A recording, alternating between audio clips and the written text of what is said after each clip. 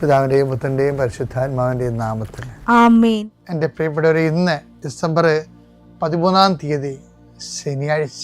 അമ്മേ പരിശുദ്ധ അമ്മേ, അമ്മേ പരിശുദ്ധമേ, ദൈവമാതാവേ, കൃപാസനത്തിലൂടെ ഞങ്ങൾക്കും ഞങ്ങളുടെ ദേശത്തിനും അമ്മ മധ്യസ്ഥം തേടി തന്ന എല്ലാ അനുഗ്രഹങ്ങൾക്കും കൃപകൾക്കും ഞങ്ങളിപ്പോൾ ഹൃദയം നിറഞ്ഞ നന്ദി പറയുന്നു.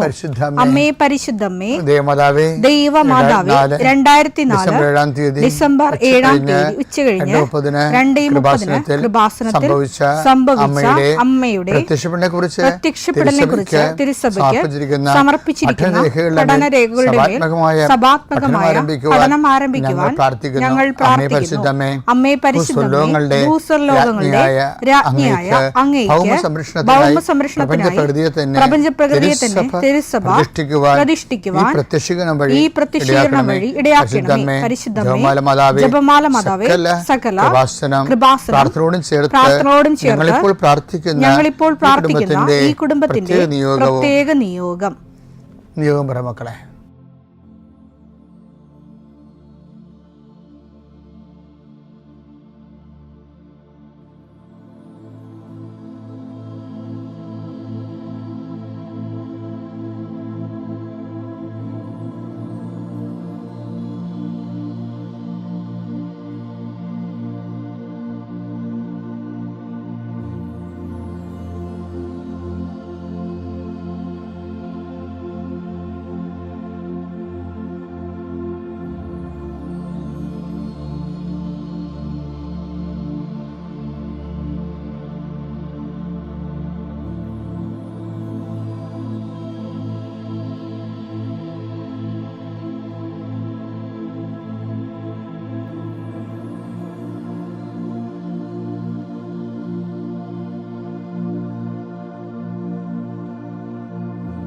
അമ്മയുടെ പ്രത്യക്ഷീകരണത്തിന്റെ ഈ അനുഗ്രഹവേളയിൽ ഞങ്ങൾക്ക് സാധിച്ചു തരുവാൻ കനിയണമേ. ആമേൻ. വിശ്വാസ പ്രമാണം.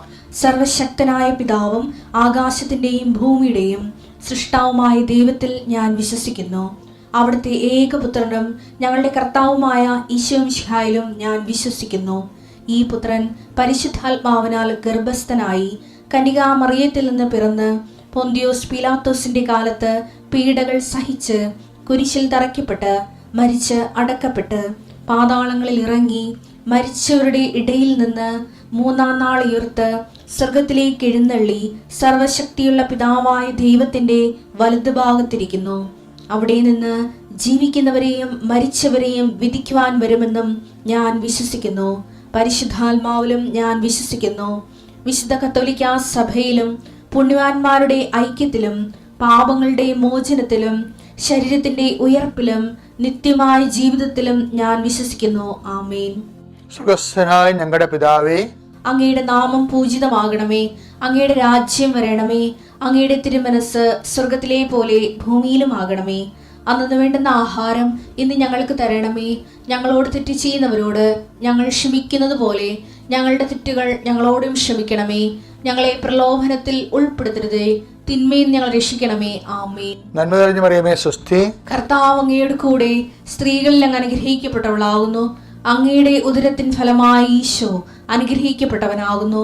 പരിശുദ്ധ മറിയമേ, തമ്പുരാന്റെ അമ്മേ, പാപികളായ ഞങ്ങൾക്ക് വേണ്ടി ഇപ്പോഴും ഞങ്ങളുടെ മരണസമയത്തും തമ്പുരാനോട് അപേക്ഷിക്കണമേ. ആമേൻ. കർത്താവേ, ഞങ്ങളുടെ മക്കൾക്ക് വേണ്ടി ഞാൻ പ്രാർത്ഥിക്കണേ. നിങ്ങൾ ഇന്ന് കടന്നു പോകുന്ന സങ്കടങ്ങളിൽ നിന്നും രോഗ അരിഷ്ടതകളിൽ നിന്നും കർത്താവ് നിങ്ങളെ സംരക്ഷിക്കാൻ അമ്മ മധ്യസ്ഥം വഹിക്കുകയാണ്. കർത്താവെ, എൻ്റെ വിശുദ്ധ പൗരോഹിത്യത്തെ നീ മഹത്വപ്പെടുത്തിയതിൻ്റെ അടയാളമാണ് 2004 അമ്മയുടെ പ്രത്യക്ഷപ്പെടൽ. അത് ഏറ്റെടുത്തപ്പോൾ ദൈവമഹത്വപ്പെട്ടതിൻ്റെ തുടർ ദൈവാനുഭവങ്ങളാണ് ഉടമ്പടിയിലൂടെ ലഭിക്കുന്ന സഹസ്രക്കണക്കിന് സാക്ഷ്യങ്ങൾ. എൻ്റെ ഈ പ്രാർത്ഥന കൂടുന്ന എല്ലാ മക്കൾക്കും അവരുടെ ജീവിത ഭൗതികവും അവരുടെ മാനസികവും ശാരീരികവും കുടുംബപരവും ആയിട്ടുള്ള എല്ലാ മേഖലകളിലും അവൻ്റെ പ്രത്യേക അനുഗ്രഹം ഈ നിമിഷം ആവശ്യിക്കാനും നിങ്ങൾ ഇപ്പോൾ വഴിമുട്ടി നിൽക്കുന്ന എല്ലാ വിഷയത്തിൻ്റെ മേലും ദൈവിക ഇടപെടലുണ്ടാകാനും ഇന്ന് നിങ്ങൾ കണ്ടുമുട്ടുന്ന വ്യക്തികൾക്ക് നിങ്ങൾ മാതാവിൻ്റെ മധ്യസ്ഥത്തിൽ അവർക്ക് സമാധാനം ആശംസിക്കുക. നിങ്ങൾ മാതാവിൻ്റെ പ്രത്യക്ഷീകരണത്തിൻ്റെയും പ്രത്യക്ഷീകരണ സന്ദേശത്തിൻ്റെയും പ്രേക്ഷിതരാകാൻ വേണ്ടി നിങ്ങൾ പരിശുദ്ധ അമ്മയുടെ മധ്യസ്ഥത്തിൽ പുനഃസമർപ്പണം ചെയ്യുക. ആ പുനഃസമർപ്പണത്തിൻ്റെ ഭാഗമായിട്ട് തീർച്ചയായിട്ടും ഇങ്ങനെ ഒരു ഏതെങ്കിലും പ്രത്യേക സമ്മർദ്ദത്തിലെ ഉടമ്പടിയിൽ നിന്ന് അകന്നു പോയിട്ടുണ്ടെങ്കിൽ അത് തിരിച്ചു വരാനും, ഉടമ്പടി ആണ് ജീവിതമെന്ന് പറയുന്നവരുണ്ട്. എനിക്കിനി ജീവിതം ഉടമ്പടിയാണ് എന്ന് പറയുന്നത്, അതൊക്കെ കേൾക്കുമ്പോൾ നമ്മൾ ഓർക്കും, നമ്മൾ ചിന്തിച്ചതിനേക്കാളും അമ്മ ഉടമ്പടി തന്നപ്പോൾ ഞാൻ ആലോചിച്ചതിനേക്കാൾ എന്തുമാത്രം വലിയ ആഴത്തിലാണ് മനുഷ്യർ അനുഭവിച്ചതെന്ന് ഓർക്കും. കർത്താവേ, അതുപോലെ അനുഭവത്തിൻ്റെ ഒരു പങ്ക് എല്ലാവർക്കും നൽകണമെന്ന് പ്രാർത്ഥിക്കുന്നു. നിങ്ങളുടെ കുഞ്ഞുങ്ങളെ സംബന്ധിച്ച് പ്രാർത്ഥിക്കുന്നു. നിങ്ങളിന്ന് നിങ്ങളുടെ കൂടപ്രഭുക്കളെ സംബന്ധിച്ച് പ്രാർത്ഥിക്കുന്നു. നിങ്ങൾ ആർക്ക് വേണ്ടി പ്രാർത്ഥിക്കുന്നു അവർ ഞാൻ ഈ നിമിഷം പ്രാർത്ഥനയിൽ ഓർക്കുന്നു.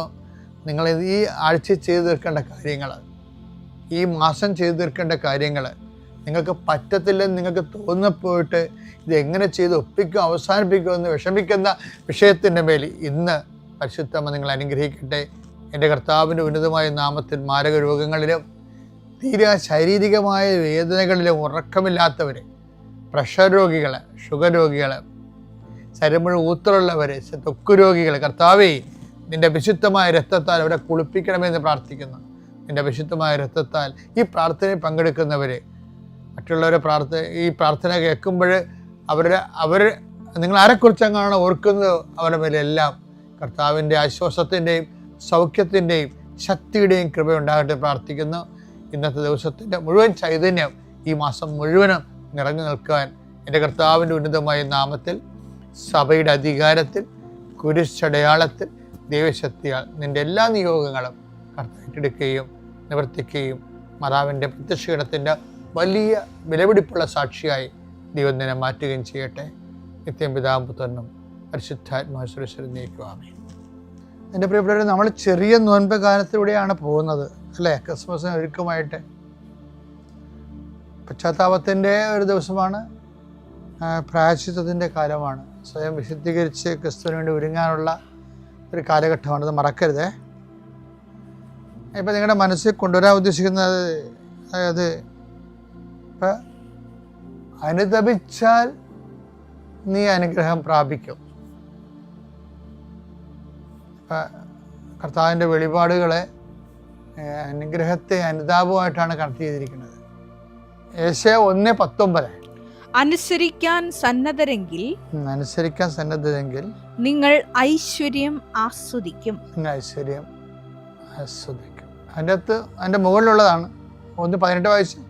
കർത്താവ് അരുൾ ചെയ്യുന്നു, വരുവിൻ നമുക്ക് രമ്യതപ്പെടാം.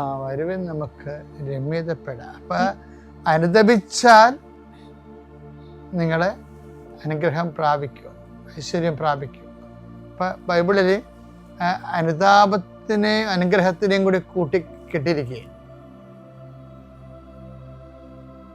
അനുതാപമാവുന്ന കുതിര വലിച്ചോണ്ട് വരണ ഒരു ചരക്കാണ് അനുഗ്രഹം എന്ന് വേണേ രസമായിട്ട് പറയാം.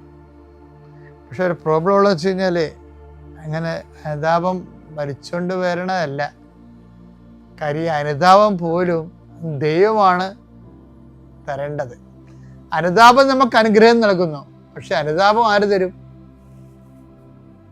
ദൈവം തരണം. അതാണ് പുതിയ നിയമത്തിൻ്റെ കാഴ്ചപ്പാട്. അനുതാപം ദൈവം നൽകുന്നു. വിജാതിയർക്ക് ദൈവം ജീവപ്രാപ്തിക്കുള്ള അനുതാപം നൽകി. അവിടെ പുസ്തകം 11:18 ജീവനിലേക്ക് നയിക്കുന്ന അനുതാപം വിജാതിയർക്കും ദൈവം പ്രദാനം ചെയ്തിരിക്കുന്നു എന്ന് പറഞ്ഞുകൊണ്ട് അവർ ദൈവത്തെ മഹത്വപ്പെടുത്തി.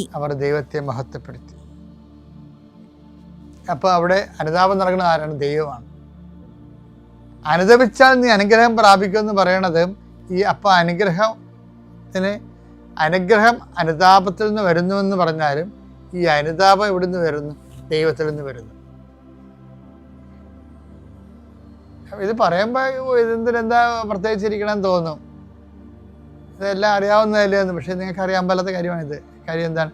ചെറിയ അണ്ണന്മാർക്ക് ഒരു അനുതാപവും തോന്നത്തില്ല, ഒരു അനുതാപം തോന്നത്തില്ല ചെറുക്ക്. എന്തെല്ലാമൊക്കെ അവർ ദൈവത്തിൽ നിരക്കാത്ത കാര്യങ്ങൾ ചെയ്താലും അപ്പോൾ അവർക്ക് അനുതാപം തോന്നത്തില്ല. ചിലക്ക് ചില ചില്ലറ കാര്യങ്ങൾ തന്നെ തെറ്റിപ്പോയാൽ ഭയങ്കര അനുതാപം തോന്നും. എന്താ കാര്യം? അനുതാപം ദൈവം തരണത് കൊണ്ടാണ്. അനുതാപം നമുക്ക് തോന്നാത്ത എന്തുകൊണ്ടാ? നമുക്ക് അനുതാപം കിട്ടാത്ത കൊണ്ടാ, ദൈവം തരാത്തത് കൊണ്ടാ. അതുകൊണ്ടാണ് ഈ നിർമ്മലമായ ഹൃദയമെന്നെ സൃഷ്ടിക്കണമേ, ദൃഢചിത്തത എന്നെ പുനഃസ്ഥാപിക്കണമേ, ദൃഢചിത്തത എന്നെ പുനഃസ്ഥാപിക്കണമേ എന്ന് അങ്ങയുടെ തിരുസന്നിധി എന്നെ തള്ളിക്കളയരുത് എന്നൊക്കെ ദാവീദ് അനുതാപത്തിൻ്റെ സങ്കീർത്തനം പാടുന്നത് അങ്ങനെയാണ്. കാര്യം എന്താണ്? എല്ലാം ചെയ്യേണ്ടത് ദൈവത്തിൽ നിന്നാണെന്ന്. തിരുസന്നിധി നിർത്തേണ്ട ദൈവമാണ്, തള്ളിക്കളയാതിരിക്കേണ്ടത് ദൈവമാണ്, എല്ലാം ദൈവമാണ്. അപ്പം അതുകൊണ്ട് തന്നെ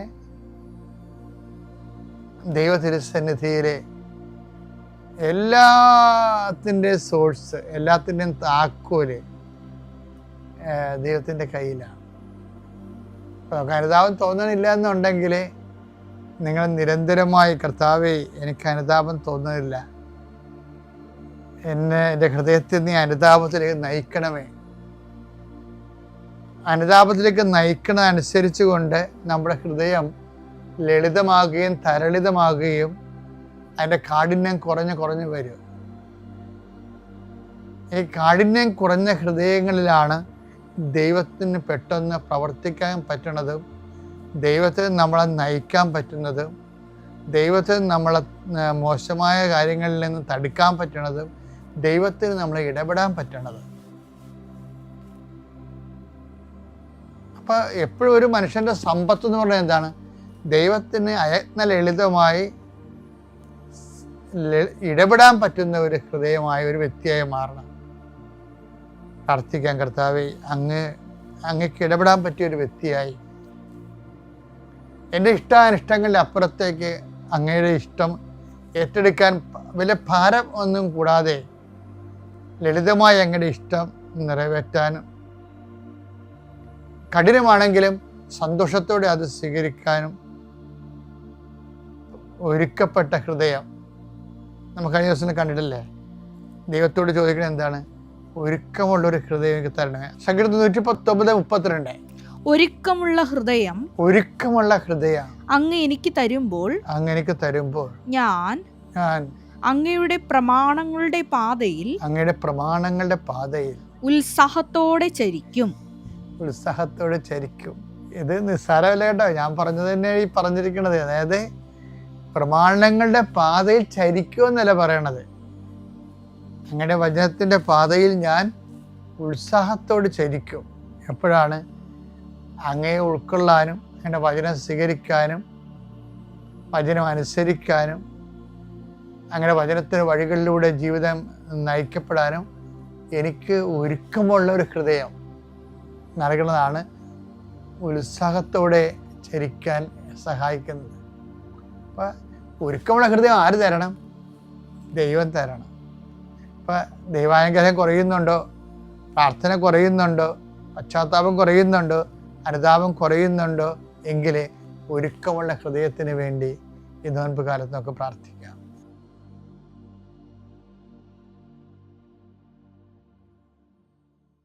അത്യപൂർവ ദൈവാനുഭവങ്ങൾ ഇനി നിങ്ങൾക്കും സ്വന്തം. ഈ യൂട്യൂബ് ചാനൽ ഇതുവരെ സബ്സ്ക്രൈബ് ചെയ്തിട്ടില്ലെങ്കിൽ ഇപ്പോൾ തന്നെ സബ്സ്ക്രൈബ് ചെയ്യുക. ഈ വീഡിയോ ഇപ്പോൾ തന്നെ നിങ്ങളുടെ സുഹൃത്തുക്കൾക്ക് ഷെയർ ചെയ്തുകൊണ്ട് കർത്താവിൻ്റെ പ്രേക്ഷിതരാകുക.